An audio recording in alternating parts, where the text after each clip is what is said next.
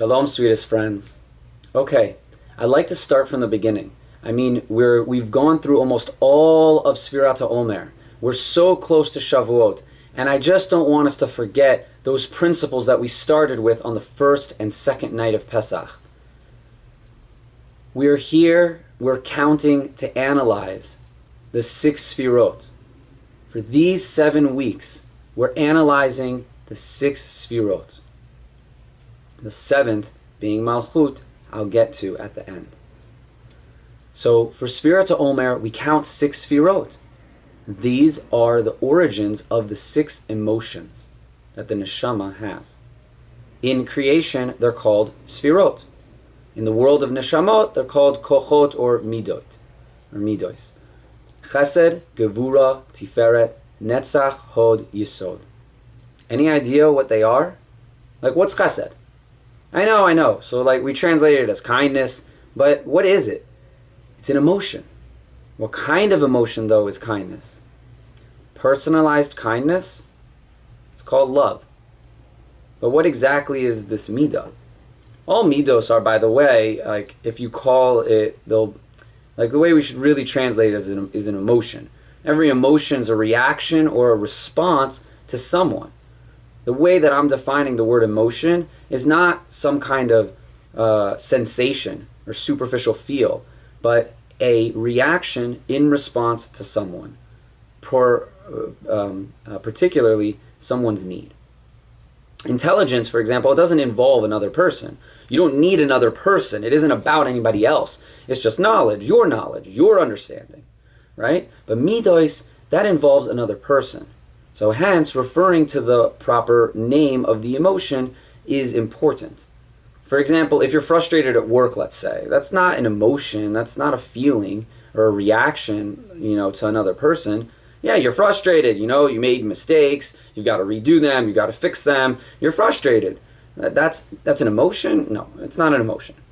So even like sadness or happiness, right? We usually associate those with emotions. These aren't emotions either because they don't involve another person. They're not a reaction to another person. Now, you might tell me, oh, well, I'm really happy when someone else comes around. Happiness can be a reaction to another person. And yeah, it's true. You're right. I mean, you could be happy to see somebody else. But remember, this feeling isn't about another person, right?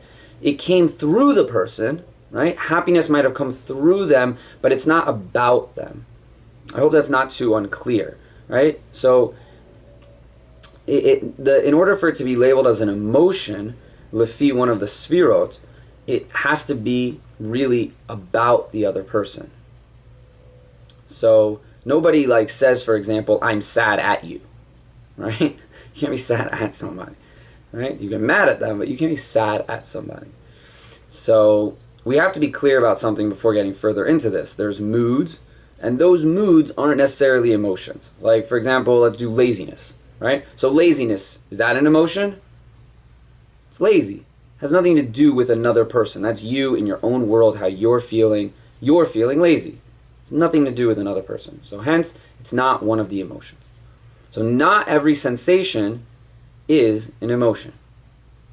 When we talk about midos in the nefesh, we're talking about true emotions. And that involves another person. This involves another person. How another person makes you feel. How you feel about another person. So when we say things like, oh, don't bother with her. She's very emotional. You don't want to get near her.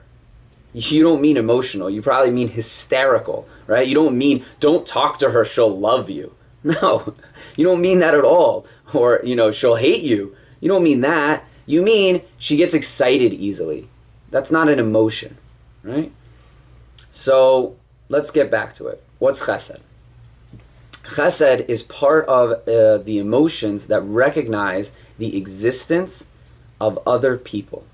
It's the beginning of every relationship. It's the beginning of every other emotion. The first thing you have to do is be conscious of another person, emotionally. So, in a sense, kindness means caring. Because if you don't care, you have no feelings. In the initial caring, there are no restrictions. Which means, by the way, in chesed, everybody's equal to you. It's good to be among people. I like being around people. I don't like being alone. I hate being alone, right? As long as somebody's around, I'm happy. Does it matter who it is? Nope, doesn't matter. I just want to be around somebody.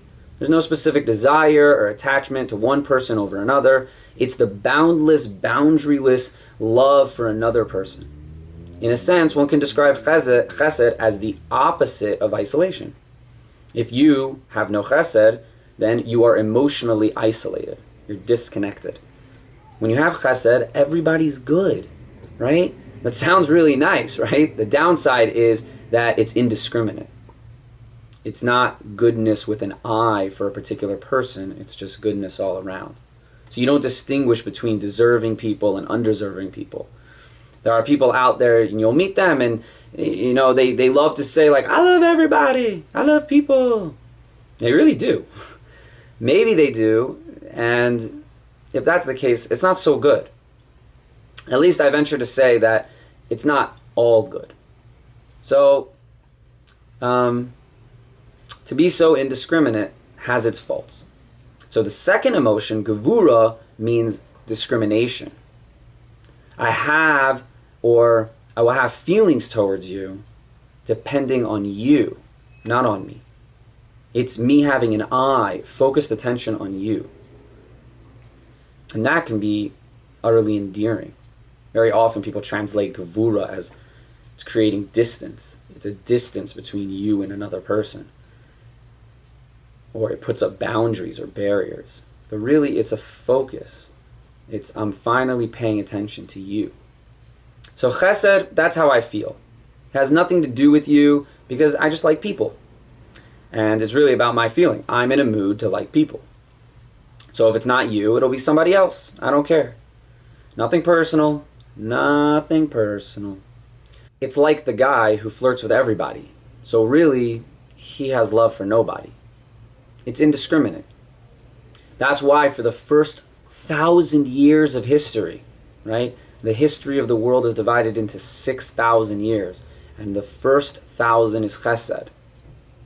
If it goes chesed, gevura, tiferet, netzach, hod, yesod, we are in the sixth group of 1,000, and that is the attribute of yesod taking place and envelops us at the moment. But the first 1,000 years of history was all about chesed, and so from the time of Adam, Harishon, until Noach, there was a time of no punishment. People were bad, but there was no punishment because it was pure chesed. People lived to be 900 years old. They grew to be 20 feet tall. The grapes were the size of watermelons, and everything was overdone. Everything. Just, there was no discrimination. So a good example of this is, let's say, a guy who gives a lot of tzedakah. He loves to give everyone tzedakah. Every Sunday he makes a point. He's going to sit at his desk, and there's going to be a line of people, and indiscriminately he's going to give each one who asks him $100. Some want to open up, tell the story of their lives, where they've come from, what they need. He's not interested in hearing it.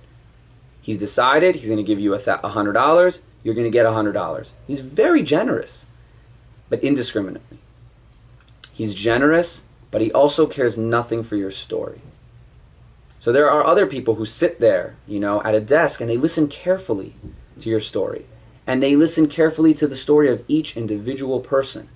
And they give accordingly. So, they give according to need. And they evaluate the seriousness and the urgency and the need. And they care with discrimination.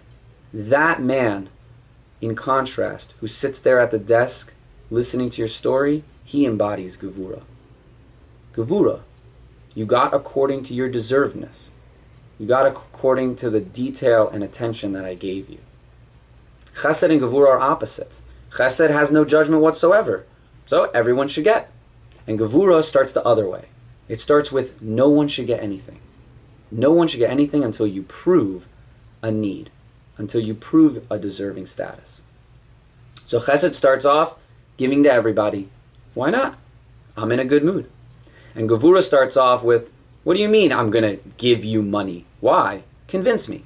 Make a good case. Prove your need, and then I'll give you. So which is better? Well, chesed, without that, right, there would be no gevura, because chesed opens you up to another person. It was the start, that I said, of every relationship, of every moment of bonding. Chesed, it allows you to have an eye for another person. But gevura, although it sounds negative, gevura engages one person, a particular person, you, with far more than chesed. It engages and is specifically dedicated to you. The attention, I could say, is more than chesed is giving. Chesed has an eye for you. It opened me up to be able to even account for you. There's not just me in the world, but Gevura has this particular attention for detail and a particular eye for you. So that's why, and it may be shocking, but that's why unconditional love is foolish. It's nonsense. Unconditional love is nonsense. Because if you love somebody for real, then what they do and what they say, how they act and what their mood is, it affects you. How can you say that however you feel, however you are, it doesn't affect me, I just love you? You can't say that you are so devoted to somebody, yet what they feel and how they act doesn't affect you, right? You can't be like, I just love you. Doesn't matter what you say, what you think, what you do. I just love you. Really? In other words, what you're saying is, I'm not really engaged with you. I'm not really vulnerable by you. You don't affect me. How can that be real love? How can that be a relationship? I can't be bothered by your moods and your opinions. I've decided to love. And that's all I'm going to do. I'd like the facts to stay out of it, and they don't bother me. Don't bother me with the facts. I've chosen to love you. Children actually hate that approach, unconditional love. They want to be punished when they deserve it, and they want you to hate them when they're bad. And when you don't, they'll be worse. They'll disrupt the home even more. All until they push you to hate them. Then they're happy. Now, we can get back to being friends, right? So, it's one of those things where if they don't see that you're engaged with them, but you're just engaged in constructs or ideas of them, then it's disrespectful. It nullifies their own existence, and they want to be paid attention to. So once they pushed you a bit, all right, now we can have apologies and sorries, and we can kind of come back to being friends. So you got to react to them. All these emotions are reactions to other people and things. So relationships are about the reaction, the interplay, right? The focused attention and care, not the robotic kind or robotic disciplined response. Relationships ebb and flow, and they require focused care and attention. So if you say, I'm going to love you no matter what, it's such a rejection. It's a rejection of my personhood, my being, right? It's like saying, so you don't count. I like loving. I've decided to love. And that's my thing. Can't you see how the other party will turn quite easily and say, well, what about me? What about me? Don't you care about me? Sometimes people are very obsessed with the concept of love. And you can get so enamored and enwrapped with the concept of love, you're really not even paying attention to the feelings, the thoughts, the emotions that are coming from the person in front of you. So you never want to take that approach where you kind of just give off the feel of, yeah, do your thing, and I'll do my thing. And my thing I've decided is that I'm going to love you. It could sound romantic in your head, but in practicality, it comes off as callous and cold. So now, some people sometimes like to talk about not necessarily loving the person, like the complete person, because people have bad or undesirable parts. But always, always, they love talking about loving a person's essence, the deepest part of them. You ever heard that? So loving a person's essence. What's that? How could you really love a person's essence? In reference to a person's essence, we can't love in the way we love them like externally. But here's a fact. Here is the fact. What is unconditional is that you are mine. That's essence. Not your opinion, I'm not your sense of humor, not your behavior, just you. You are mine. Is that love? It's the real thing. That's really love. But it's not so exciting, right? It's deeper, it's stronger, richer, but it doesn't have that dramatic, I love you, I don't love you, oh my gosh, come here, don't go away. Because it deals with a reality. The essence, the reality, is that you're mine. And that fact, that can be unconditional. You'll always be mine.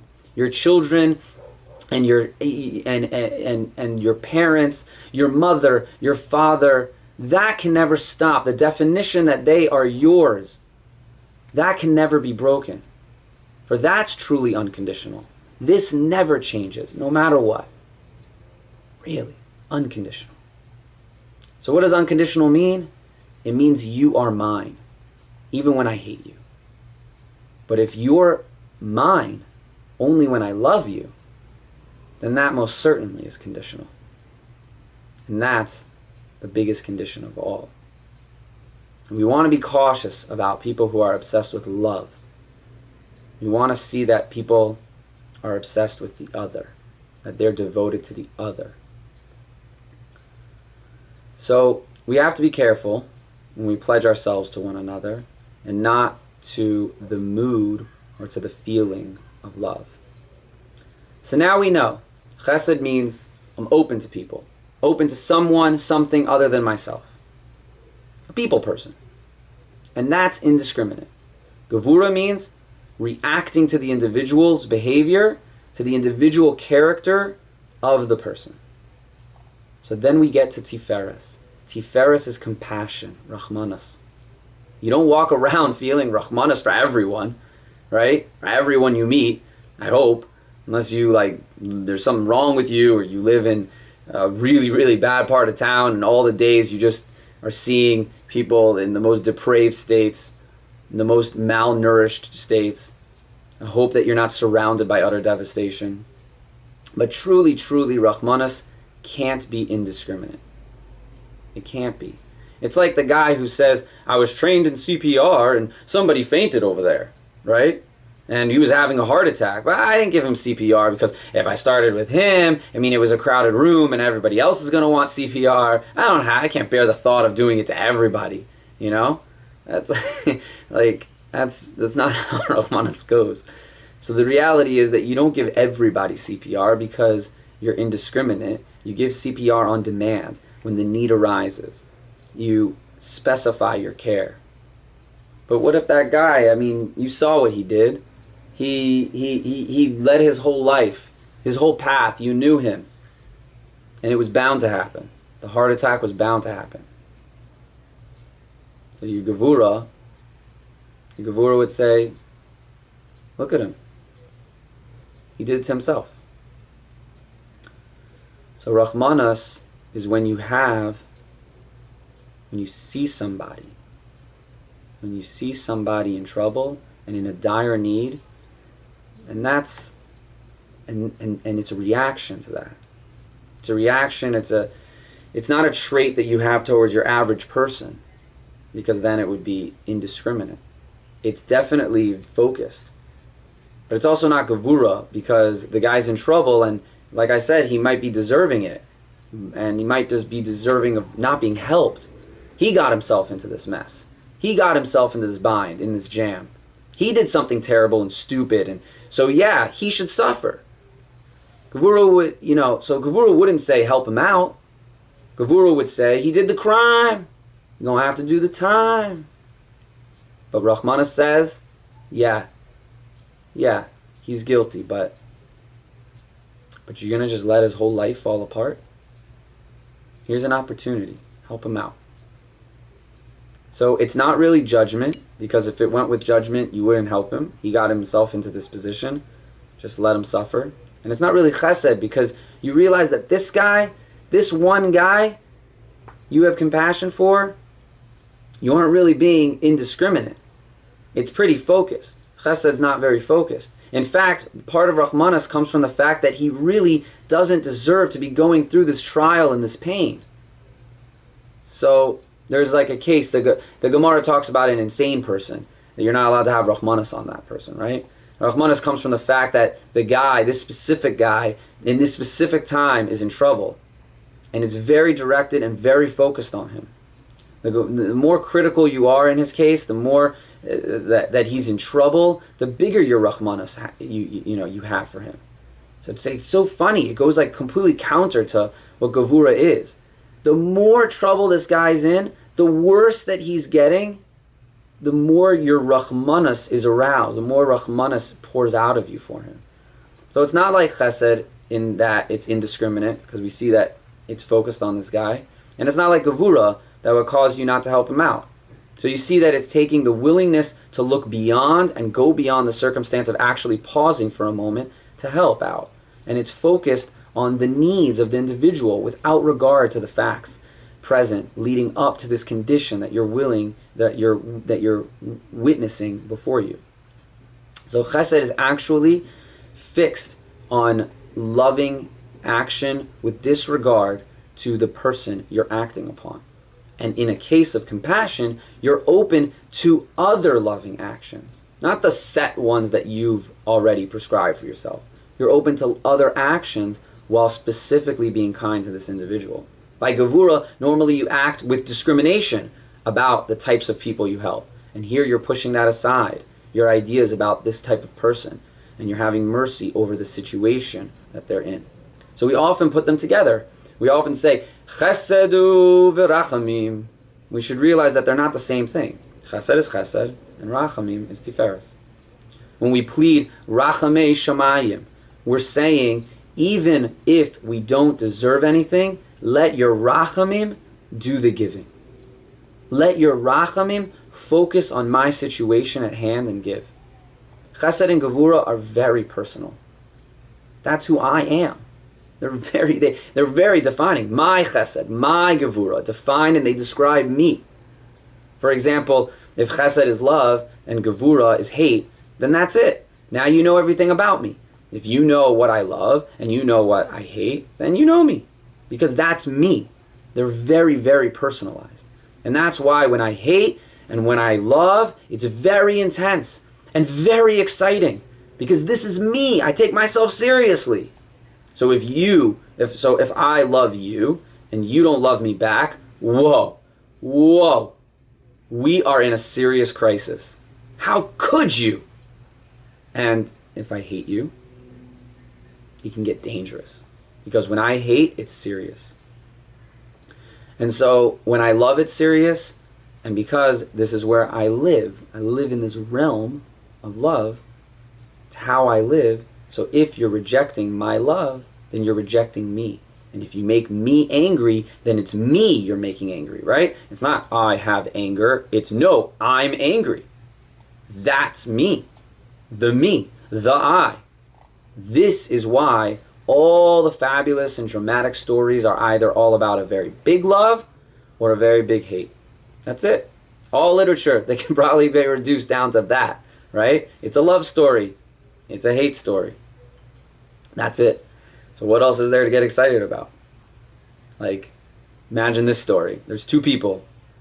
They didn't love each other. They didn't hate each other. Finish. You want to keep reading?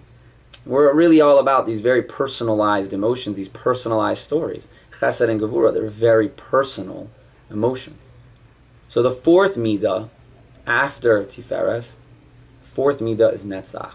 And Netzach not as exciting, because it's not so personal. Netzach means I will do what I have to do. It's a little bit less about me. It's more about what needs to get done, right? This is what's got to get done. That's why it's called that's why this is the start of 3 midos that are called the humble midos, right? So netzach, hod, yesod, these are referred to as the humble midos. It takes a certain amount of humility to be devoted to something that like isn't you. So when a person says, I have to do it because it's got to get done, well, it's just got to get done. So what are you getting excited about? If it's got to get done, fine, it should get done. What does that have to do with me? I'm not going to do it. It's a very, very common reaction to people that when they see that something's got to get done. But then you meet other people who literally live their lives that way. They live their life, they got to get things done. It's all about the job that has to get done and the onus that they feel even when not directed for about or to a particular person. If you can get excited, if you can be stimulated, if you can be moved by the needs of what has to happen, if that comes from just one place and one place only, then that place is humility. Not for any mood you're in, but based on the need, based on the situation. From the ability to take something seriously even though it's not about you. Netzach means I'll do kindness when it's necessary, not when I feel like it. Chesed is doing kindness when I feel like it, to operate according to feeling. I feel kindness, I'm in a good mood, I want everyone to be happy because I'm happy. That's chesed. Netzach is a smaller kind of chesed. It's only smaller because it's not so exciting, but it is stronger. It's incredible, much more powerful. In many cases, it's much more necessary. You don't have to be in love with anybody, but you gotta be a mensch. Even if you don't love somebody, you still have to treat them like a mensch. So there's a certain objective kindness. It's not about me. It's just what needs to happen. So for example, there's a child who's in trouble. It's not your child. It's not the child you know. It's not the child you even love. And you aren't particularly in this chesed-oriented mood right now, but you aren't going to be nice to a kid who's alone or suffering? Of course you will. That's called netzach. No attachment to the thing or the person or the act to get it done. You can have attachment, but your reason for caring and giving and helping is independent of the feeling you have for him or her. You're just trying to do good because it's what is right, for the principle, not for the feeling. So netzach means be kind without taking it personally. But that's you. That's your personality.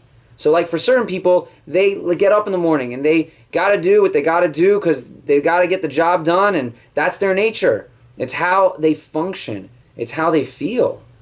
They feel in accordance with doing the job that needs to get done. So if you got to do what you got to do, then you know. So you're going to do it.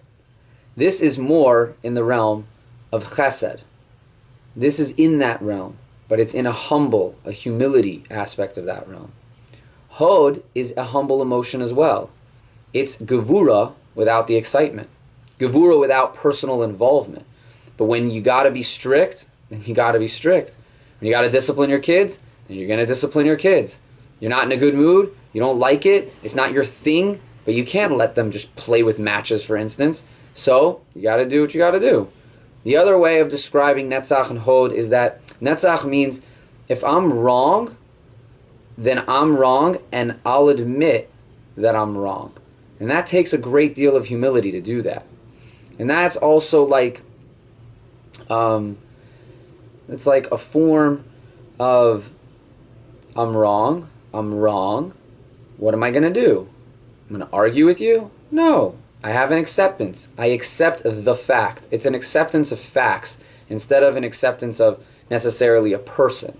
So again, it's a little more removed, but it's incredibly powerful because it accepts things as they are.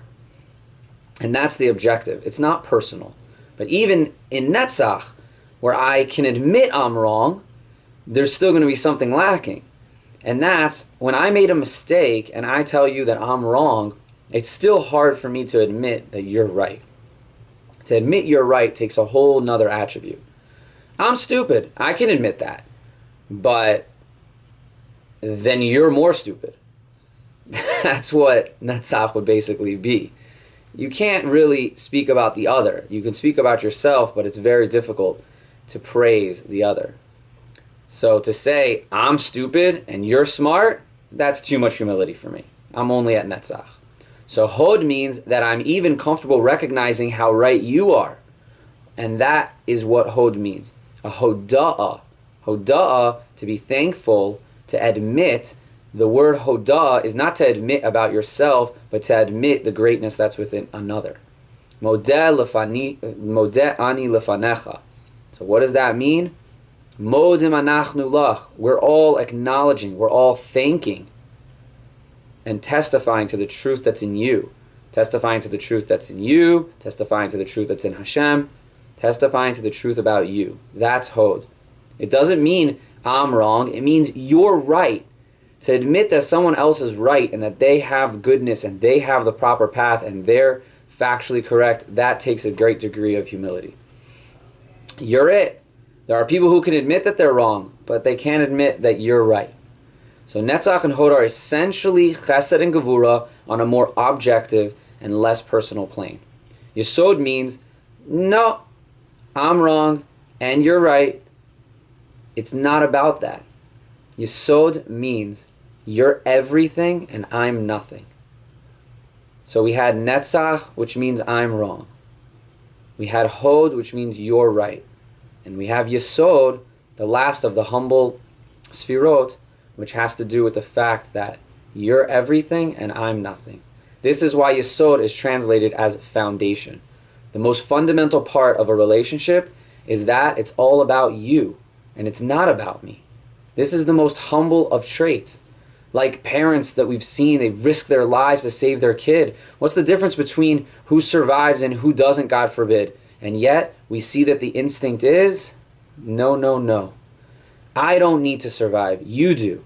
I'll risk my life so that you can stay safe. And we're not talking about just a risk, it's a correction to that. Actually, you're giving up one's life for another. It's not you're risking your life. It's you literally are giving up your life for the other. That is the most humbling of actions. Give up your life so that someone else can live. These are the midos. And then Malchus comes in and it takes all of that, all 6 of those traits, all 6 of those midos, and it gives them to somebody else. Malchus is about Chesed, Gevura, Tiferes, Netzach, Hod, Yesod, and these are inside each of us. Everyone has these. Malchus means to take all of these and give over those traits to somebody else. Malchus means to transfer that to somebody else and create another person like you with Chesed, Gevura, Tiferes, Netzach, Hod, Yesod. So Malchus of Atzilus, that created the world of Bria. And what does Bria have? Chesed, Gevura, Tiferet, Netzach, Hod, but on a reduced level. And as such, it gets distilled down. So why are we on this reduced level, you ask? Well, it could be because you're like one world lower, the next world away from the Eibishter, one more world removed from Hashem. It's reduced in the sense that it's further from you. Because remember, it's not all about you anymore. It's about the other. It becomes completely and utterly focused on the other. I hope that we take these midos that we've been working on for all 7 weeks leading up to Shavuot, and we realize the foundation in a relationship, that it's not about me, everything is about you, and that we use that power, that strength, that openness that Chesed granted us to realize that there is someone else in the picture. And we slowly pay more and more attention to those around us. We focus our kindness. We focus our discipline.